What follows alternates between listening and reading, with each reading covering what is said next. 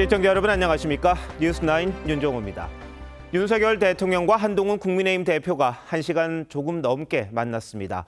한 대표는 악화된 민심을 전하면서 김건희 여사와 관련한 3대 요구사항, 의정 갈등 해소책 등을 제안했다고 합니다.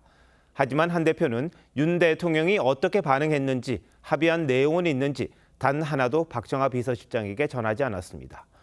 성과가 있는 건지 없는 건지 용산 대통령실도 한마디 하지 않아 저 좀 알아봐야겠습니다만 빈손으로 나온 게 아닌가 하는 해석이 많습니다. 이번 만남의 자세한 의미는 잠시 뒤 분석해드리고 먼저 회동 분위기부터 살펴보겠습니다. 첫 소식 황선영 기자입니다. 차에서 내린 윤석열 대통령이 악수를 청하자 한동훈 대표도 손을 내밉니다. 하지만 곧장 두 사람 모두 시선을 반대편으로 돌립니다. 10여 분간 정원도 함께 걸었는데 대통령실이 공개한 영상에선 두 사람이 서로 눈을 마주치는 모습을 거의 볼 수 없었을 만큼 긴장감이 감지됐습니다. 예정됐던 시간보다 면담에 늦게 참석한 윤 대통령은 외교 일정 때문이었다며 양해를 구했고 경찰의 날을 맞아 순직 경찰에 대한 이야기도 꺼냈습니다. 아니지. 20년, 2004년. 왜냐하면 이게 이제 경찰 영웅이라는 게 몇십 년이 지나도 잊지 않는다는 걸 보여준 거지. 그래서 오늘 면담은 대통령실 청사 앞 파인글라스에서 약 70분에 걸쳐 진행됐습니다. 윤 대통령 맞은편에 정진석 비서실장과 나란히 앉은 한 대표는 예고한 대로 김건희 여사의 대외 활동 중단과 의혹 규명 협조, 소위 김 여사 라인의 인적 쇄신과 함께 특별감찰관 임명 필요성을 전달했습니다. 대통령실은 헌정유린을 막아내고 정부를 성공시키기 위해 당정이 하나 되자는 데 의견을 같이 했다고 전했지만 한 대표의 요구에 대한 구체적인 입장은 설명하지 않았습니다. 대통령실이 통상적인 서면 브리핑조차 내지 않으면서 한 대표가 요구한 김 여사 3대 요구안에 대해 윤 대통령이 수용 의사를 밝히지 않은 거란 관측이 나옵니다. TV조선 황선영입니다. 한 대표는 회동이 끝나면 기자들에게 직접 결과를 설명할 걸로 알려졌습니다. 하지만 박정하 비서실장이 한 대표가 전한 메시지만 대신 발표했습니다. 발표할 게 하나도 없다는 뜻으로 읽히는데요. 친한계에선 원래부터 기대도 안 했지만 최저치에도 못 미쳤다고 평가합니다. 이어서 이채림 기자가 보도합니다. 회동 결과 설명에 나선 건 자리에 배석하지 않았던 박정하 당대표 비서실장이었습니다. 당초 한동훈 대표가 회동 결과를 직접 설명할 수 있다는 전망이 나왔지만 한 대표는 회동 직후 귀가한 걸로 전해졌습니다. 박 실장은 한 대표가 대통령에게 전달했다는 메시지만 공개했습니다. 개혁의 추진 동력을 위해서라도 부담되는 이슈들을 선제적으로 해소할 필요성이 있다고도 덧붙였습니다. 회동 성과나 대통령의 수용 여부를 묻는 질문엔 대통령실을 취재해보라며 답을 피했습니다. 회동 직후 한 대표의 표정이 어땠느냐는 질문엔 해가 져서 보지 못했다고 했고 회동 분위기 역시 배석하지 않아 모른다고 했습니다. 오늘 회동에 배석하지 않았고 대표의 구술 내용을 받은 거라 제가 지금 주신 질문에 답변 드릴 수가 없는 상황입니다. 친한계 핵심 관계자는 면담 결과에 대한 기대치가 처음부터 높지 않았는데 그에도 미치지 못했다고 평가했습니다. 한 대표가 직접 브리핑을 하지 않은 것에 대해서도 그만큼 설명할 게 없었던 거라고 했습니다. 내일 보궐선거 승리 지역인 인천 강화를 찾는 한동훈 대표는 당 지도부와 오늘 면담 내용을 공유하고 향후 당정 관계에 대해 재논의할 계획입니다. TV조선 이채리입니다. 민주당은 다음 달부터 김건희 여사 관련 규탄 대회를 열겠다고 예고했습니다. 윤 대통령과 한 대표 간 만남이 성과를 내지 못했던 만큼 특검과 압박밖에 할 수 없다는 주장입니다. 황정민 기자입니다. 더불어민주당은 윤석열 대통령과 한동훈 국민의힘 대표의 만남이 결국 정치쇼에 그쳤다고 비판했습니다. 김건희 여사 특검 수용은커녕 김 여사 관련 논란을 해소할 어떠한 해결책도 나오지 않은 맹탕 회동이었다고 지적했습니다. 국민의 마지막 기대는 차갑게 외면당했습니다. 한동훈 대표에게 이제 남은 판단은 윤석열 대통령과 공멸할 것인지 선택하는 것뿐입니다. 민주당은 다음 달 2일 국정감사가 끝나는 대로 국회 밖에서 김 여사를 규탄하는 대규모 집회를 강행하겠다고 예고했습니다. 김 여사 논란을 향한 비판 여론을 최대한 키워 국민의힘의 특검법 통과 압박 수위를 높이려는 의도로 풀이됩니다. 김건희 2단 왕국을 막아야 합니다. 망하는 권력은 항상 2단과 붙었습니다. 신돈, 최태민, 최순실이 그랬습니다. 장외 여론전을 앞두고 당내에선 조국혁신당 비판을 자제하자며 야권 단일 대우를 강조하는 목소리도 나오고 있습니다. 이재명 대표 지지자들이 모인 커뮤니티엔 총구를 한쪽으로 겨눠달라, 원팀으로 김건희 특검 윤석열 탄핵을 외쳐야 한다는 글이 올라왔습니다. 국민의힘은 이 대표의 1심 선고를 물타기하려고 장외 집회를 계획하고 있다며 헌정 질서를 파괴하려는 폭거라고 비판했습니다. 여당 내부적으로는 야권의 대대적 장외 집회 공세에 당이 좀 더 전략적으로 대응해야 한다는 목소리도 나오고 있습니다. TV조선 황정민입니다. 앞서 분위기를 전해드리긴 했습니다만 윤 대통령과 한 대표의 만남, 구체적인 합의 사항을 이뤄낸 건 없는 듯합니다. 80분간 만나긴 했습니다만 어떤 대화가 오갔는지, 이번 면담이 당정 관계에 어떤 영향을 줄지 더 짚어보도록 하겠습니다. 정치부 김아림 기자 나와 있습니다. 자, 김 기자, 이제 만난 지 3시간 정도 지났습니다. 분위기 취재 좀 됐나요? 네, 일단 양측의 입장이 설명이 좀 다릅니다. 대통령실 관계자는 두 사람 표정이 밝았다면서 분위기가 나쁘지 않았다고 설명했습니다. 하지만 국민의힘 쪽에서는 공개된 사진만 봐도 분위기가 느껴지지 않느냐, 그다지 좋지 않았던 것 같다는 취지로 말했습니다. 네, 무슨 성과가 나왔느냐, 이게 결국 중요할 텐데요. 근데 한 대표가 직접 브리핑을 하지 않았다는 건 실제로 뭐 합의했다든지 뭐 동의했다든지 그런 게 없다고 봐야 되는 것 아닙니까? 예, 그렇습니다. 당초 친한계에선 대통령 면담 후에 한 대표가 직접 대표실로 와서 성과를 국민 앞에 전할 거라는 얘기가 나왔습니다. 하지만 면담 직후 발표자가 돌연 박정하 비서실장으로 교체됐고요. 형식도 대표실 안에서 진행되는 간담회에서 대표실 앞 브리핑으로 간소화됐습니다. 특히 박 실장은 성과를 묻는 기자들의 질문에 대통령실을 취재해보라 이렇게 말을 반복했는데요. 정작 대통령실은 아무런 반응을 보이지 않았습니다. 결국 한 대표의 요구사항에 대해 윤 대통령이 수용하겠다면서 즉답을 준 게 없었던 걸로 봐야 할 듯합니다. 저희가 조금 전까지 좀 취재를 해봤더니요. 인적쇄신 요구에는 한 대표가 직접 어떤 인사가 있는지 언급까지 했던 걸로 알려졌는데 그 인사들에 대해서 윤 대통령이 구체적인 근거가 있냐고 하면서 사실상 거부를 했고요. 또 외부 활동 자제 요구에도 제2부속실을 설치하면 될 거다.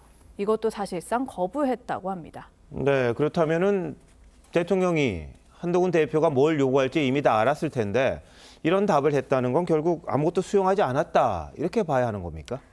대통령실은 한 대표의 요구 사항들이 당장 곧바로 수용하겠다고 답을 주기에는 좀 어려운 문제 아니냐는 입장입니다.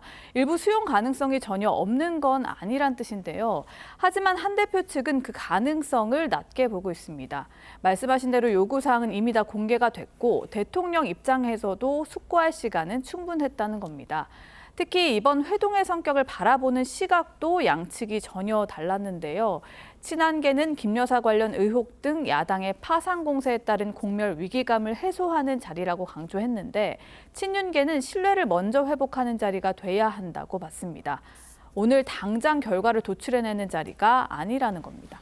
근데 뭐 많은 사람들이 이렇게 되면 빈손 회동이다 이렇게 평가할 수밖에 없을 것 같거든요.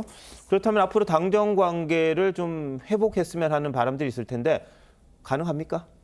여당, 특히 친한계에서는요. 제2부속실 설치나 여사의 활동 자제 같은 일부 성과는 나올 수도 있다 이렇게 예상을 한 게 사실입니다. 하지만 이번 회동으로 양측의 생각이 생각보다 많이 다르다는 것만 확인된 것 아니냐는 평가가 나옵니다. 한 대표는 앞으로도 국민 눈높이를 거듭 강조하면서 자신의 요구를 관철시키려는 노력을 이어갈 걸로 보이는데요.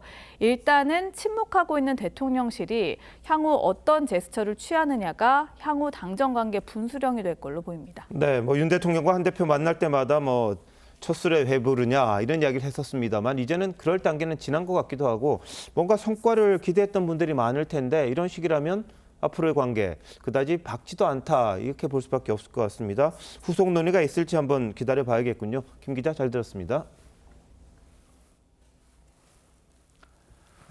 민주당 법사위원들이 오늘은 국정감사장을 벗어나 김건희 여사에 대한 동행명령장을 전달하겠다며 한남동 대통령 관저까지 찾아갔습니다. 당연히 경비경찰 등과 충돌할 수밖에 없었는데 무슨 의도로 이러는지는 다들 잘 아실 겁니다. 전정원 기자가 보도합니다. 민주당 법사위원들이 경찰과 실랑이를 벌입니다. 정당한 공무수행을 방해받고 있고 시민으로서 위협을 느낀다고요? 대검찰청 국정감사에 불출석한 김건희 여사를 국회로 데려가겠다며 동행명령장을 가지고 대통령 관저를 찾은 겁니다. 증인 김건희는 국회 법사위에 즉각 출석하라! 출석하라! 출석하라! 출석하라! 의원들은 1시간 반가량 경찰과 대치했지만 동행명령장은 전달하지 못했습니다. 자, 바리케이트가 뭘 의미합니까? 김건희 여사가 특권이고 성령이라는 사실을 의미합니다. 국회가 대통령 부인에 대해 국감 증인 동행명령장을 발부한 건 이번이 처음입니다. 여당은 초유의 망신주기라고 반발했습니다. 망신주기라는 것 외에는 별다른 의미가 없는 것 같습니다. 앞서 검사 탄핵 청문회에 출석하지 않았다는 이유로 고발을 당한 윤재순 총무비서관과 야당 의원들 사이에 고성도 오갔습니다. 고발이 되었는지 안 되는지는 모르겠습니다만 거기에 대해서 대단히 좀 유감스럽다는 말씀을 좀 드리고 싶고요. 그날 제가 답변하고 있지 않습니까? 정청래 법사위원장은 정당한 사유 없이 불출석한 증인은 고발하겠다며 김 여사 등에 대한 법적 조치를 예고했습니다. TV조선 전정원입니다. 오늘 법사위에는 김건희 여사 공천 개입 의혹을 제기한 강혜경 씨가 증인으로 출석해 자신이 갖고 있는 녹취를 공개했습니다. 강 씨는 김 여사가 김영선 전 의원 공천에 개입했다는 취지로 말했는데 국민의힘은 강 씨에게 명태균 씨와 통화하는 김 여사 육성을 들은 건 한 번밖에 없지 않냐고 몰아세웠습니다. 결국 전원밖에 없다는 주장이었는데요. 최영국 기자가 자세한 내용 보도합니다. 김영선 전 의원의 회계 책임자 강혜경 씨는 법사위에 증인으로 참석해 김건희 여사가 공천에 개입한 근거라고 주장하며 김영선 전 의원의 녹취를 공개했습니다. 윤석열 대통령을 돕느라고 벌어들이는 돈의 대부분을 거기다 썼잖아. 내가 이제 그거에 영향을 받아서 공천을 받기는 했는데. 지난 대선 당시 명태균 씨가 대통령을 위한 여론조사를 했고 김 여사에게 비용 3억 7천만 원을 받겠다고 했지만 대신 김 전 의원 재보선 공천을 대가로 받았다는 주장입니다. 다만 주장을 뒷받침할 별도의 근거를 제시하진 않았습니다. 공천을 누가 준 겁니까? 김건희 여사가 줬고 지금 그 당시에 당대표였던 이준석 의원과 그 윤상현 그때 공관위 위원장의 이제 힘을 합쳐서 국민의힘은 강 씨에게 명 씨와 통화하는 김 여사 목소리를 몇 번 들었냐고 물었습니다. 뭐 오빠 전화 왔죠. 이 부분은 제가 정확하게 들었는데 나머지는요? 나머지는 들은 그 육성으로 정확하게 기억나는 게 없습니다. 통화 한 차례 외에는 이제 명태균 씨가 김건희 여사에게 들은 내용을 말하는 것을 들은 것이네요. 네, 맞습니다. 강 씨는 대선 당시 명 씨가 여론조사 의뢰를 받았다기보다는 알아서 만들어 보고한 것으로 안다고 증언했습니다. TV조선 최원국입니다. 북한군의 러시아 파병 사실이 확인된 뒤 세계 안보 지형이 급변하고 있습니다. 윤석열 대통령은 오늘 북대서양 조약기구 나토 사무총장과 전화 통화를 갖고 단호한 입장을 밝혔습니다.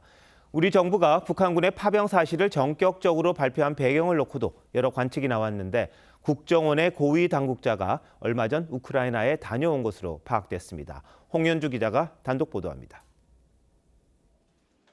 윤석열 대통령은 마크 루터 나토 사무총장과 긴급 전화 통화를 하고 무모한 군사적 밀착을 우리 정부는 좌시하지 않을 것이라고 경고했습니다. 그러면서 루터 총장이 정보 공유를 위해 요청한 한국 정부 대표단도 신속히 파견하겠다고 했습니다.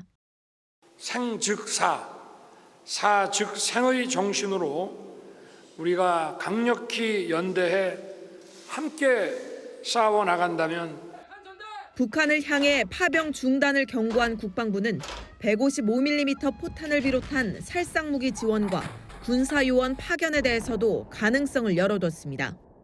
동향에 따라서 지금 말씀하신 그런 후속 조치들은 필요한 부분이 검토되고 조치될 것으로 생각합니다. 외교부는 지노비예프 주한 러시아 대사를 초치해 항의했는데 지노비예프 대사는 북러 간 협력은 한국을 겨냥한 것이 아니라고 했습니다. 국정원은 지난주 금요일 대통령실에서 열린 긴급 안보회의에서 북한의 파병 정황을 보고한 뒤 이 내용을 언론에 공개하기로 결정한 것으로 전해졌습니다. 한 외교 소식통은 국정원 고위 당국자가 얼마 전 우크라이나를 찾아 현지 상황을 직접 살펴보고 왔다며 이후 우크라이나 당국과의 정보 교류를 통해 북한의 참전 사실을 파악했다고 설명했습니다. TV조선 홍현주입니다. 북한이 지상병력을 러시아에 보내기 전 전투기 조종사들을 미리 파견한 것으로 우리 정부 당국이 파악했습니다. 뭘 위한 건지는 좀 더 알아봐야겠습니다만 양국이 점점 더 밀착해가는 분위기입니다. 북한군의 러시아 파병 소식을 우리 군은 대북 확성기를 통해 북한 주민들에게 알렸습니다. 이어서 이채영 기자가 단독 보도합니다. 북한군 전투기 조종사들이 지난달 러시아 극동 지역에서 훈련을 받은 정황이 포착된 것으로 알려졌습니다. 정보당국 관계자는 북한의 지난 8일 1차 파병에 앞서 지난달쯤 블라디보스토크에서 관련된 움직임이 포착된 적이 있다고 전했습니다. 북한에 도입된 러시아산 전투기 훈련과 관련됐을 가능성도 있지만 전쟁 발발 이후 조종사 부족에 시달려온 러시아가 지원을 요청했을 가능성도 배제할 수 없는 걸로 당국은 파악하고 있습니다. 수호의 25 공격기의 경우에는 북한도 조종사들이 이미 양성돼 있기 때문에 그대로 투입을 할 수 있고요. 북한은 50여 년 전 베트남전 당시 전투기 조종사 80여 명을 파견한 적이 있고 현지엔 전사자 묘지도 남아 있습니다. 이번 지상군 파병을 계기로 오후 전투기 성능 개량에 본격적으로 나설 거란 전망도 나오는데 북한은 지난 18일 국정원의 파병 사실 발표 이후 사흘째 아무런 반응을 보이지 않고 있습니다. 그동안 무기 지원 의혹엔 크게 반발했던 것과는 대조적입니다. 일종의 준비 상태인데 너무 지나치게 초기에 다 공개되는 것 자체가 작전이라든가 차질에 빚을 가능성이 있다. 또 한편에서 이거는 심리전적인 측면에서는 혼동을 주는 부분도 있거든요. 정부는 대북 확성기를 통해 러시아로의 파병 소식을 북한 주민들과 병사들에게 알린 걸로 전해졌습니다. TV조선 이채연입니다. 북한군은 조만간 우크라이나군과 실전을 벌일 가능성이 크다는 전망입니다. 그러자 우크라이나군이 북한을 향해 한글로 경고 메시지를 냈고 이 메시지가 SNS를 통해 확산하고 있습니다. 우크라이나는 또 북한군의 러시아 파병 증거를 계속 제시하면서 동맹국들에게 강하게 대응해달라고 호소하고 있습니다. 신은석 기자입니다. 우크라이나 국민영웅인 아조우여단 참모장이 소셜미디어에 올린 글입니다. 북한의 러시아 파병을 언급하면서 소련에 의한 분단을 대한민국이 영원히 끝낼 수 있는 기회, 핵을 가진 이웃으로부터 동아시아가 스스로를 보호할 수 있는 기회라고 썼습니다. 모두 한글로 적었습니다. 우크라이나 누리꾼들도 북한군을 참수하겠다는 한국어 포스터를 공유했습니다. 다만 처음엔 한국군이라고 표기했다가 북한군으로 수정하는 등 남북한을 혼동하기도 했습니다. 러시아 편에선 북한에 직접적으로 경고하면서 한국 등 국제사회를 향해 강한 인상을 남기려는 의도로 풀이됩니다. 젤렌스키 우크라이나 대통령은 국제사회에 더 강한 대응을 호소했습니다. На жаль, нестабільності та загроз може стати значно більше після того, як Північна Корея буде вчитись сучасній війні. 영국 언론은 러시아군에 투입된 외국 병사는 수만 명까지 추산되며 이들 상당수는 속아서 입대했고 최전선에 배치돼 총알바지로 몰리고 있다고 전했습니다. 유럽연합은 파병이 사실이면 추가 대북 제재를 고려하고 있다고 밝혔습니다. TV조선 신은서입니다.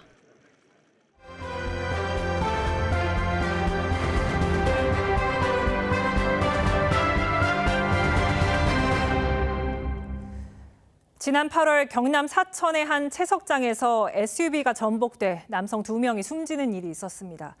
경찰은 처음에 단순 교통사고로 봤지만 유족 측 요청으로 다시 수사에 나섰습니다. 수사 결과 안전 기준을 지키지 않은 발파 작업이 원인이었습니다. 이성진 기자입니다. 경남 사천의 한 채석장. 흰색 SUV 한 대가 안쪽으로 들어갑니다. 40초 뒤 폭발과 함께 돌산이 무너지며 뿌연 흙먼지가 채석장 가득 피어오릅니다. 흰색 SUV는 문이 열린 채 뒤집어졌습니다.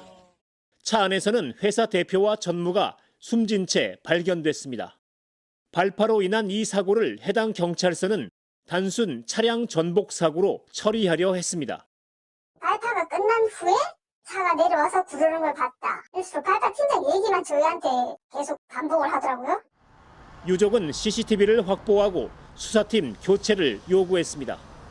경남경찰청이 재수사를 해보니 차 안에서 시신 일부와 함께 돌덩이 파편 19개가 발견됐습니다. 그 차를 막고 우리가 그 차를 확보를 해가지고 국가수 원주에 있는 본원에 보내가지고 그 차 자체를 감정을 하고. 경찰은 발파 경고와 출입 통제 등 안전 기준을 제대로 지키지 않은 채석장 발파 팀장을 업무상 과실치사 혐의로 검찰에 넘겼습니다.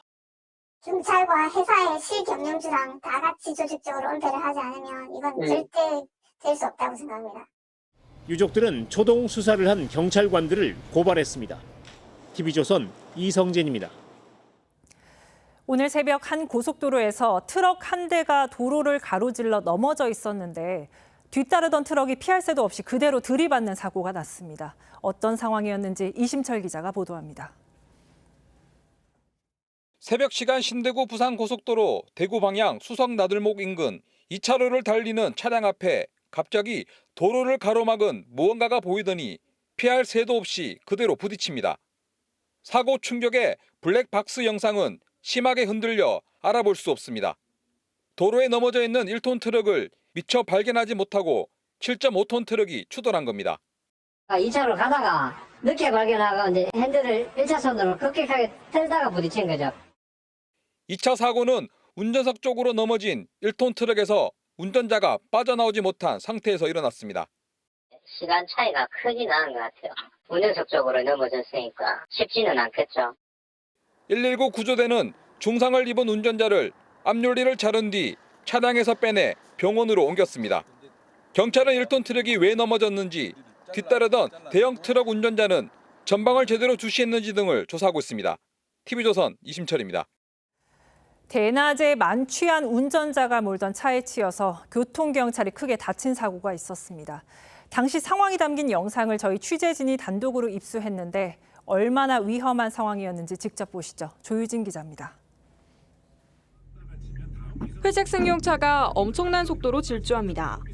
도로 가운데 서 있던 경찰관을 순식간에 들이받고 지나갑니다. 튕겨나간 경찰관 몸이 붕 뜨더니 공중에서 2바퀴 넘게 돌아 바닥에 떨어집니다. 한 2m 정도 올라왔어요. 보도를 하니까 내가 봤거든요. 사흘 전 오전 10시쯤 서울 용산구에서 만취 운전자가 사고를 내는 모습입니다. 교통섬 앞에 오토바이를 세워두고 우비를 입던 교통경찰관은 날벼락 같은 사고로 7군데가 골절되는 중상을 입었습니다. 생명에는 지장이 없는 걸로 알고 있습니다. 그러면 일단 교통사고 처리특례법 위반이죠. 가해 차량은 70m를 더 질주하다가 인도까지 덮친 뒤 멈췄습니다. 사고가 난 곳은 버스 정류장과 불과 60여 미터 떨어진 곳입니다. 보행자가 있었다면 더 큰 인명사고로 이어질 뻔했습니다. 사고를 낸 30대 남성 운전자의 혈중 알코올 농도는 면허 취소 기준의 2배가 넘는 0.204%였습니다. 경찰은 남성을 교통사고 처리 특례법상 치상 혐의로 입건하고 정확한 사고 경위를 조사할 계획입니다. TV조선 조유진입니다. 오늘은 79번째 경찰의 날입니다. 꽉 막힌 도로를 지나야 하는 구급차를 위해서 경찰관들이 2발로 뛰고 비켜달라고 외치면서 구급차가 지날 길을 만들어낸 일이 있었습니다. 이 경찰관들 덕분에 심정지에 빠진 아기는 건강을 회복했습니다. 김미애나 기자가 보도합니다. 부부가 수건에 쌓인 아기를 안고 집 밖으로 다급히 뛰쳐나옵니다. 온몸이 불덩이인 22개월 아기를 태운 구급차는 5km 정도 떨어진 대형 병원 응급실을 향해 달리기 시작했습니다. 하지만 얼마 못 가 난관을 만났습니다. 당시 반포대교 위에는 고장 차량이 차로를 막고 있어 휴일인데도 극심한 정체가 빚어지던 상황이었습니다. 설상가상 아기에게 심정지까지 온 상황. 천금 같은 1분 1초가 흘러가는데 도로 한가운데 경찰관 2명이 나타납니다. 두 사람은 양팔을 휘저으며 찻길을 열다가 비켜달라 목이 터져라 외치며 앞장서서 뛰기 시작합니다. 사고 지점에 나와 있던 경찰관 2명이 긴급 무전을 듣고 두 발로 뛰며 구급차기를 터준 겁니다. 위험하다 이런 생각보다는 신고가 심정지로 들어와가지고 생각할 겨를보다는 그냥 나가서 일단 먼저 뛰었던 것 같습니다. 아기는 병원에서 치료를 받고 건강을 회복했습니다. 현장에서 묵묵히 본분을 다하는 경찰관들이 귀중한 생명을 살렸습니다. TV조선 김예나입니다. 전북 김제엔 청년 농업인을 육성하기 위해 1,400억 원을 들여 만든 대형 스마트팜 단지가 있습니다. 그런데 준공 직후부터 비만 오면 물이 줄줄 새서 작물이 다 썩어버린다고 합니다. 입주한 청년 농업인들은 빚더미에 앉게 됐는데요. 하자투성인 이 스마트팜 온실을 누가 지었는지 김태준 기자가 단독 취재했습니다. 온실 천장에서 굵은 비가 쏟아져 내립니다. 흙먼지가 섞인 빗줄기는 작물 위로 그대로 떨어집니다. 비가 내린 지난 18일 김제 스마트팜 혁신밸리에서 일어난 일입니다. 청년 농업인은 비만 오면 줄줄 샌다고 말합니다. 스마트팜이라는 것 자체가 이제 물이랑 온도, 습도, 광을 조절하는 건데 그 기능을 제대로 사용해보지 못했던 것 같아요. 실제 지난 장마 때 피해를 본 작물은 아예 수확을 포기해 그대로 말라 죽었습니다. 누수 피해 면적은 약 44,000제곱미터에 이릅니다. 6개 피해 농업인은 빚만 떠안았습니다. 추가로 또 대출이란 자금이 또 생겼고 그 기간 동안 농사도 못 지으면서 이제 거래처를 잃은 게 좀 많이 큽니다. 김제 스마트팜 혁신밸리는 농식품부와 농어촌공사가 청년 농업인을 육성하기 위해 1,400억 원을 들여 지난 2021년 11월 완공했습니다. 그런데 준공 이후 최근까지 접수된 하자는 276건에 달합니다. 스마트팜 온실은 관련 시공 경험이 전무한 전북 지역 업체가 수주했습니다. 시공 경험이 전혀 없는 업체들로 선정되면서 수백 건의 화자가 발생해서 철저한 진상 규명 등이 필요하지 않는가 생각을 합니다. 농어촌공사는 코로나 당시 지역 경제를 살리기 위한 차원이었다고 해명했습니다. TV조선 김태준입니다. 국내 최대 재건축 사업으로 불리는 둔촌주공 재건축 사업이 또 암초를 만났습니다. 추가 공사비를 놓고 도로와 조경 담당 업체와 재건축 조합 사이에 의견이 좁혀지지 않아서 공사가 중단된 겁니다. 12,000세대에 달하는 세입자들이 다음 달 입주를 기다리고 있는데 입주 차질이 예상됩니다. 고희동 기자입니다. 다음 달 말 12,000여 세대가 입주할 예정인 서울 둔촌주공 재건축 단지입니다. 입주를 한 달 앞두고 조경과 단지 인근 도로 공사가 한창이어야 하지만 공사 인부들은 보이지 않고 자재들만 곳곳에 널려 있습니다. 현장 곳곳엔 추가 공사비를 지급하란 내용의 현수막도 걸려 있습니다. 도로와 조경을 담당하는 건설업체 3곳이 공사 지연에 대한 추가 공사비 170억 원을 요구했지만 조합이 거부하면서 공사가 중단된 겁니다. 문제는 기반시설 공사가 마무리되지 않으면 구청으로부터 준공 승인을 받지 못해 입주 일정의 차질이 불가피하다는 점입니다. 여기다 등기와 대출도 불가능해집니다. 계약 쓰고 자기 집 뺀 사람들은 어떻게 돼요? 이사 날짜 다 정해지고 그런 사람들이 엄청 많아요 지금. 시공사와 조합 관할구청은 오늘까지 2차례 회의를 열었지만 뚜렷한 해결책을 찾진 못한 상황입니다. 이제 입주가 안 된다는 거는 이제 상상할 수 없고 저희는 원만히 해결하려고 지금 노력 중이지. 2년 전 시공사와 공사비 갈등으로 6개월간 공사가 중단됐던 둔촌주공 재건축 단지가 공사 막판 또다시 암초를 만났습니다. TV조선 고희동입니다. 오늘 아침 갑자기 쌀쌀해진 날씨에 두꺼운 옷 꺼낸 분들 많으시죠. 오늘 남부지방에서 시작된 비는 내일 전국으로 확대돼 모레 그칠 전망입니다. 비가 그친 뒤엔 평년보다 더 추워진 날씨가 예상됩니다. 박재훈 기자입니다. 시민들의 옷차림이 두터워졌습니다. 반팔은 사라지고 전부 긴 옷차림에 내복도 꺼내 입습니다. 저녁이 되면 아무래도 춥다 보니까 옷을 좀 챙겨 입게 됐습니다. 집에서도 창문도 못 열고 이제 내복을 챙겨 입기 시작했습니다. 갑자기 추워진 날씨가 당황스럽기까지 합니다. 추우면 아무래도 두꺼운 걸 입어야 되는데 근데 아침에는 두꺼운 거 입었다가 또 나가가지고 벗어야 되잖아. 감기라도 오면 어떡해요. 오늘 아침 서울의 수온주는 한 자릿수로 떨어졌는데 한낮인 지금도 20도를 밑돌고 있습니다. 찬 공기가 내려오며 강풍까지 만나 오늘 최저기온은 철원이 4도, 설악산이 영하를 기록했습니다. 내일부터는 중국 산둥반도에서 동쪽으로 이동하는 저기압의 영향으로 비도 전국으로 확대돼 모레까지 남해안 100mm 이상, 중부는 60mm의 비가 예상됩니다. 비가 그치면 서울과 수원이 6도, 이천과 춘천이 5도, 경남 거창은 3도까지 떨어질 것으로 보입니다. 비가 그친 후 24일 목요일은 북서쪽 찬 공기가 내려와 기온이 뚝 떨어지겠습니다. 기상청은 급격한 기온 변화에 건강관리에 유의하라고 당부했습니다. TV조선 박재훈입니다. 이렇게 날씨는 쌀쌀해졌지만 최근까지 이어졌던 폭염의 여파는 여전합니다. 높아진 바다 수온으로 전어 어획량이 크게 줄면서 가을 전어는 구경하기 힘들어진 상황입니다. 윤수영 기자가 보도합니다. 서울의 한 수산시장. 곳곳에 전어를 판다는 플래카드가 걸려 있지만 막상 가보면 매대가 텅 비어 있습니다. 여름 폭염으로 바다 수온이 평년보다 2도 가까이 오르면서 전어 어획량이 크게 줄어든 겁니다. 20kg, 30kg 들어가는 동인데 올해는 전어가 없어가지고 3kg, 5kg. 그것도 오늘은 너무 비싸가지고 지금 비어 있어요. 이런 상태예요, 지금. 다른 횟감용 생선도 사정은 비슷합니다.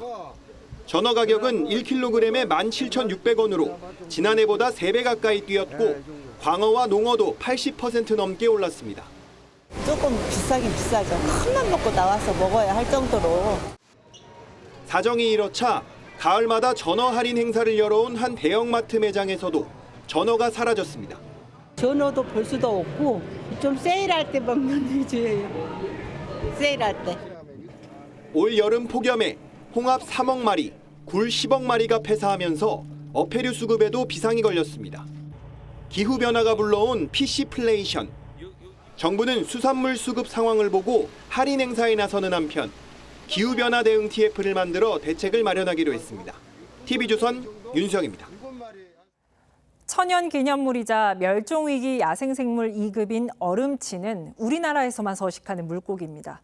금강에서는 50년 전 멸종됐는데 꾸준한 복원 사업 끝에 자연산란으로 태어난 얼음치가 처음 확인됐습니다. 박건우 기자입니다. 자갈 틈에서 점박이 물고기가 꼬물거리며 헤엄칩니다. 한 마리가 움직이면 다른 개체들도 다 같이 움직입니다. 우리나라 하천에서만 사는 멸종위기종 2급인 얼음치입니다. 물이 맑고 자갈이 많은 바닥에 주로 서식합니다. 얼음치는 지구에서 유일하게 산란을 할 때 산란탑을 쌓는 그런 특이한 습성을 가지고 있는. 얼음치는 지난 1978년 천연기념물로 지정됐지만 금강에서는 절멸된 상태였습니다. 국립수산과학원 중앙내수면연구소는 지난 1999년부터 얼음치 복원 사업에 나섰습니다. 20차례에 걸쳐 8만여 마리의 치어와 성어를 금강 본류와 지류에 방류한 겁니다. 25년에 걸친 복원 사업 결과 지난 6월부터 자연산란으로 태어난 치어 30마리를 확인했습니다. 실제로는 더 많은 개체가 서식할 것으로 추정됩니다.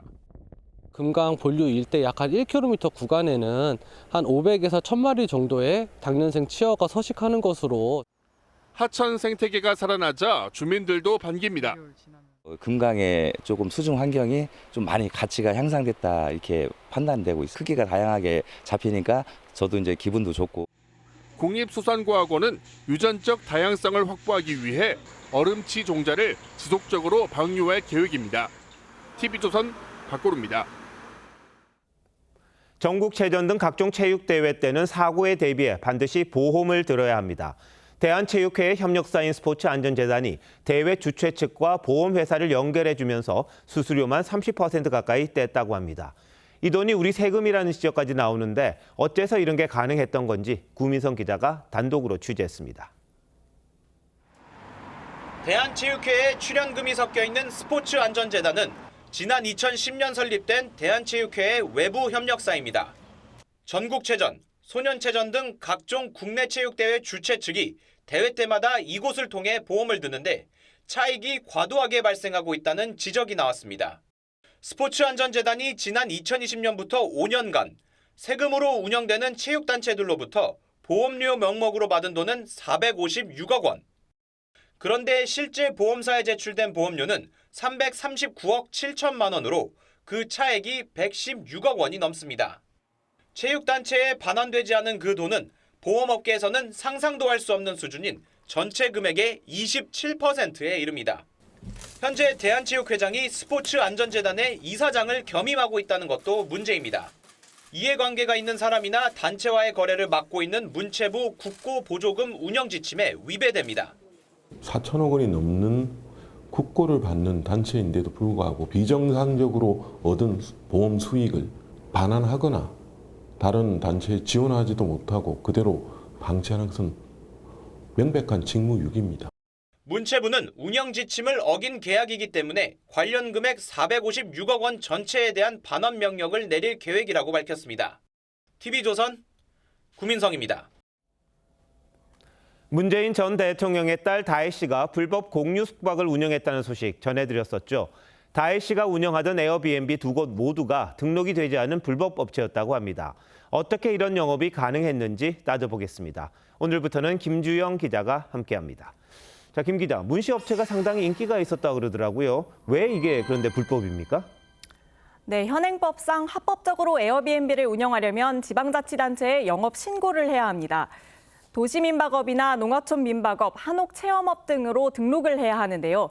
이렇게 신고한 숙소에는 사업자 본인이 실거주를 해야 운영이 가능하고 서울 같은 도시 지역에서는 한옥체험시설을 제외하고는 외국인의 숙박만 가능합니다.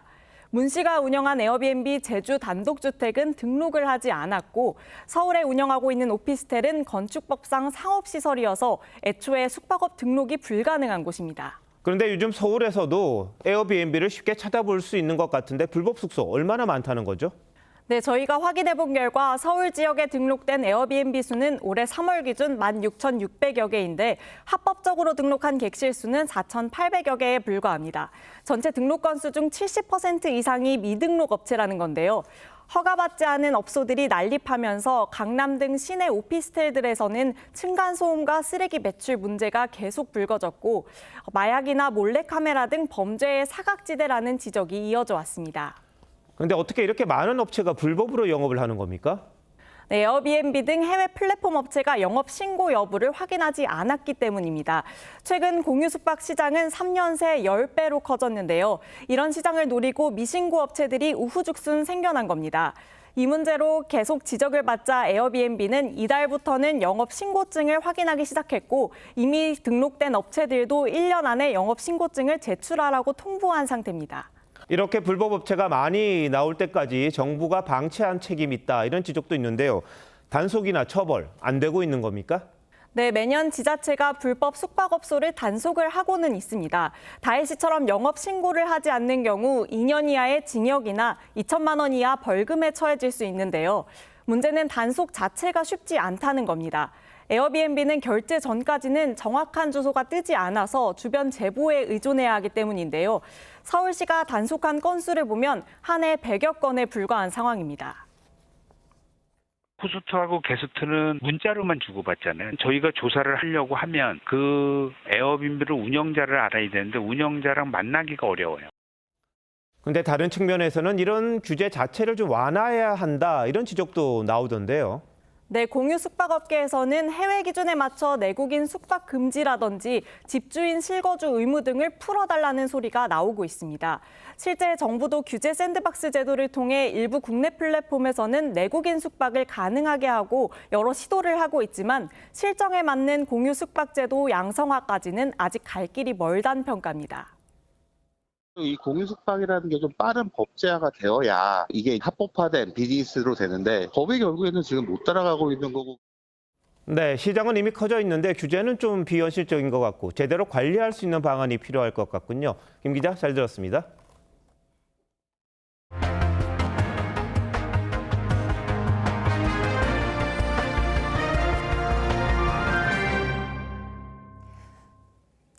미 대선을 2주 앞두고 공화당 트럼프 후보가 맥도날드 매장에서 아르바이트를 했습니다.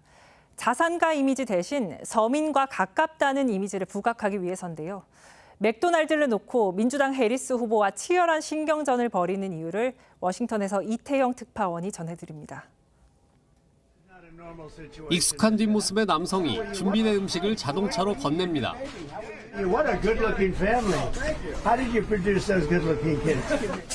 트럼프 후보가 일일 맥도날드 점원으로 나섰는데 감자를 튀기는 등 30분 동안 일을 했습니다. 트럼프는 서민 음식인 맥도날드를 통해 유권자에게 다가가면서 동시에 해리스 저격을 노렸습니다. McDonald's just confirmed that again, by the way. She never worked at McDonald's. In other words, she's lying Kamala. 해리스 후보는 서민층 대변인 이미지를 강조하기 위해 대학 시절 맥도날드에서 일했다는 점을 여러 차례 강조했습니다. She grew up in a middle-class home. She was the daughter of a working mom. And she worked at McDonald's while she got her degree. 민주당 부통령 후보 팀 월즈는 트럼프는 노동자 임금을 동결하고 수백만 명의 추가 근무 수당을 삭감했다며 맥도날드 행보를 비판했습니다. 맥도날드는 미국인 8명 중 1명이 일한 경험이 있을 정도로 서민 문화를 대표합니다. 두 후보가 신경전을 벌이는 것도 보름 앞둔 대선에서 중산층 표심이 그만큼 중요하기 때문입니다. 워싱턴에서 TV조선 이태형입니다. 하마스 수장 신와르가 사살된 뒤 전쟁은 더 격화하고 있습니다. 이스라엘이 레바논 무장정파 헤즈볼라 군사거점에 맹공을 퍼부은 데 이어서 이번엔 레바논의 금융기관도 폭격했습니다. 자금줄까지 끊어서 조직을 아예 마비시키겠다는 의도입니다. 김자민 기자입니다. 미사일 굉음이 들리더니 건물 한 채가 통째로 무너져 내립니다. 베이루트 공항 인근에서도 시커먼 연기가 피어오릅니다. 현지 시간 20일 이스라엘군이 레바논 베이루트 남부 교외 지역에 11건의 공습을 감행했습니다. 헤즈볼라의 자금 창고 역할을 해온 금융기관인 알카드 알 하산에 대한 공격을 예고한 지 몇 시간 만입니다. בימים הקרובים נחשוף כיצד איראן מממנת את פעילות הטרור של חיזבאללה באמצעות שימוש במוסדות אזרחיים, אגודות ועמותות כמחסה לפעילות טרור. 알카드 알 하산은 레바논 전역에 30개 이상 지점을 두고 있는데 이번 공습으로 3곳이 파괴됐습니다. 이스라엘은 헤즈볼라가 이 기관을 은행처럼 운영하면서 서방의 제재를 피해 이란으로부터 군사 지원금을 조달하는 데 이용하고 있다고 보고 있습니다. 군사 거점 파괴에 이은 돈줄 차단으로 헤즈볼라를 완전히 붕괴시키겠다는 의도입니다. 하마스 수장 신와르의 사망 이후에도 이스라엘이 가자지구에 대한 공격을 이어가면서 19일 하루 동안 가자지구 주민 최소 87명이 숨졌습니다. TV조선 김자민입니다. 노벨 문학상을 수상한 한강 작가 그리고 한국 문학에 대한 관심은 어제 막을 내린 세계적인 도서축제, 독일 프랑크푸르트 도서전에서도 이어졌습니다. 한국 신인 작가의 작품도 1억 원의 인세를 미리 받는 조건으로 해외 대형 출판사에 팔렸습니다. 박소영 기자입니다. 도서전이 열리는 독일 헤센주의 프랑크푸르트 암마인. 세계에서 가장 큰 도서축제인 이곳에서도 한강 작가에 대한 관심은 이어졌습니다. 한강의 주요 작품을 출간한 한국 출판사 부스에는 관람객과 관계자 수백 명이 모였고 노벨문학상 수상을 축하하는 특별 전시 공간도 마련됐습니다. 한강의 책 같은 한국 작품을 찾고 있다는 아우성 속 독일 아우프바우 출판사는 번역 출간한 한 작가의 책을 전면에 배치해 방문자들의 이목을 끌었습니다. 한강 열풍은 다른 국내 작가들에게도 미치고 있습니다. 이희주 작가의 장편소설 성소년이 1억 원의 선인세를 받고 해외 대형 출판사에 팔린 겁니다. 출판사 문학동네는 영국 팬 맥밀런 출판사가 내년 발표가 예정된 이희주 작가의 차기작 성소녀를 검토할 수 있는 우선권을 달라고 요청했다며 조남주와 은희경, 최은영, 백수린 같은 작가에 대한 관심도 뜨겁다고 밝혔습니다. 이른바 한강 효과로 올해 프랑크푸르트 도서전 내 한국문학 판권 문의는 4배가량 늘었습니다. TV조선 박소영입니다.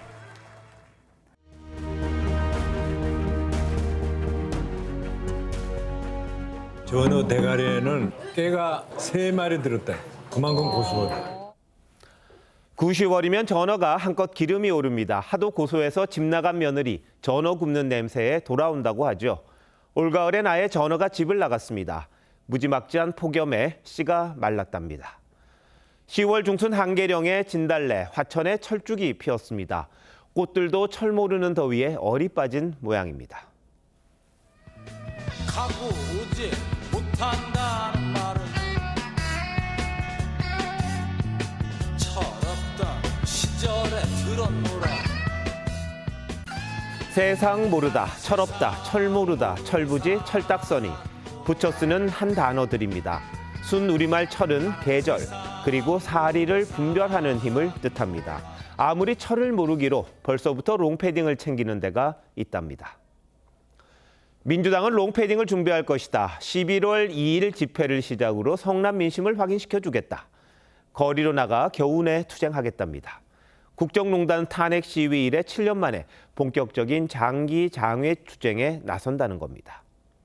민주당은 지난해 2월 이재명 대표가 조사받은 직후 방탄성 검찰 규탄 집회를 열었습니다. 지난 6월엔 해병대원 특검법 집회를 열었죠. 11월 초 집회는 김건희 여사 규탄을 내걸었습니다. 하지만 민주당에서는 이미 대통령 탄핵과 하야를 외치는 소리가 공공연합니다. 그리고 11월 중순과 하순에는 이 대표의 정치 운명을 가를 두 재판에서 1심 선고가 나옵니다. 왜 벌써부터 롱패딩을 챙기는 건지 알 것 같습니다.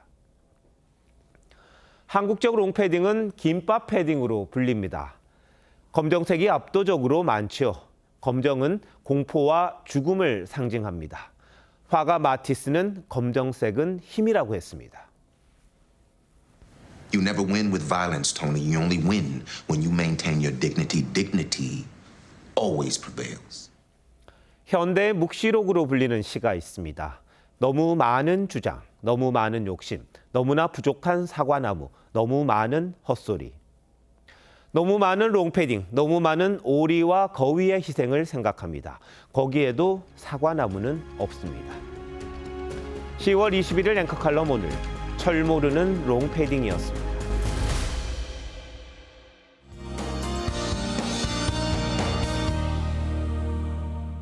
내일은 우산 챙기는 거 잊지 마셔야겠습니다. 전국에 비가 내리겠고 새벽부터 오후 사이 남해안과 제주도에 집중호우가 예상돼 주의하셔야겠습니다.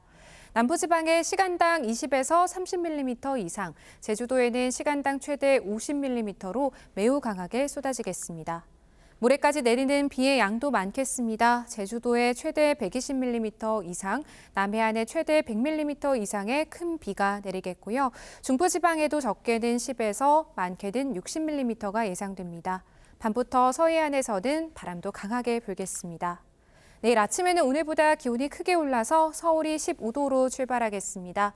낮에는 서울이 18도 보이겠고 남부지방은 25도 안팎까지 오르는 곳들이 있겠습니다. 내일 대부분 해상에서 물결이 높게 일겠습니다. 모레 오전에 비가 그치고 나면 찬바람이 강하게 불면서 목요일에는 올 가을 들어 가장 쌀쌀한 아침이 찾아오겠습니다. 날씨였습니다. 10월 21일 월요일 뉴스9 마칩니다. 시청해주신 여러분 고맙습니다.